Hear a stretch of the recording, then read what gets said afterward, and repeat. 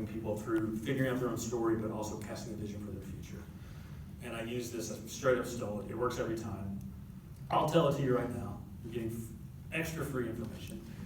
Ari says, just sit down with a pen and a paper and give yourself at least 20 minutes.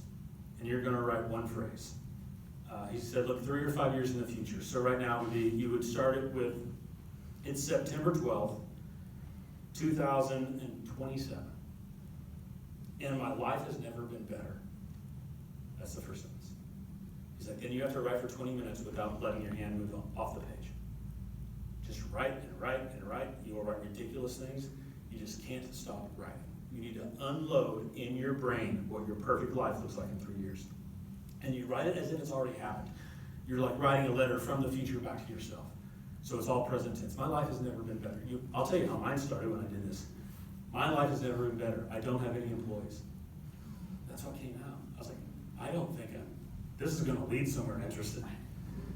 And then I wrote, because I had run a small business for 15 years, and there's, when you're in that world, there's lots of great things about being an entrepreneur, but one of the things I noticed is, how payday comes every 2 weeks for y'all? Because of our taxes and stuff.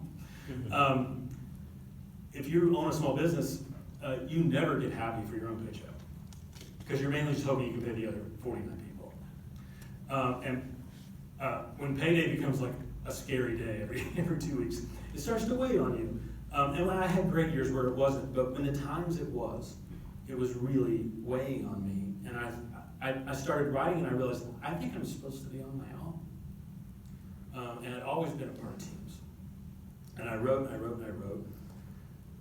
And then what came out of it was like, I want to help people find their calling. I feel like I'm good at helping other people do that. The great irony was, I was a mess. This is like everything. Whatever you're best at, it's really hard to do for yourself. That's why I need someone else in my life to show me that. I wanted to get back to my roots of storytelling and improv and helping people figure out their lives. And I wrote all that. My wife's a travel agent, which is like the best scam in the world if you can do it. Marry a successful travel agent. We get to go all over the place. As I was writing my thing, she was in Europe on a trip that somebody else paid for that I was invited to, but I had a job. I was like, this isn't fair. In 3 years, I'm writing this from the Delta Sky Club in Rome. And I realized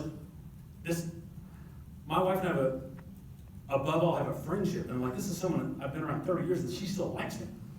I want to be with her more. So I don't want to be a travel agent, but I want to be the +1 every chance I get. So I started writing about how I would love to work and not have a commitment to a regional office and those sorts of things. So I wrote this, and I had my founding partners, we've been together 13 years, they did the same exercise, 3 of them, so 4 of us total. We all came together, and I could see the look in all our eyes. And every one of us, when we read our vision, we were not working together anymore in 3 years. And we weren't working for LeaderCast anymore. And there were actually tears in that meeting with 4 grown men. We had not cried together except for when COVID started, because we thought we were going under. But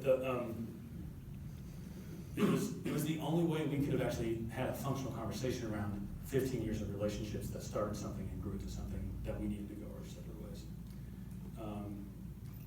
One of them actually felt like he should stay around in a different capacity, and he is still there. But the other 3 of us, that 3-year plan that we thought we had accomplished 80% of it in 6 months. That's the other thing it does.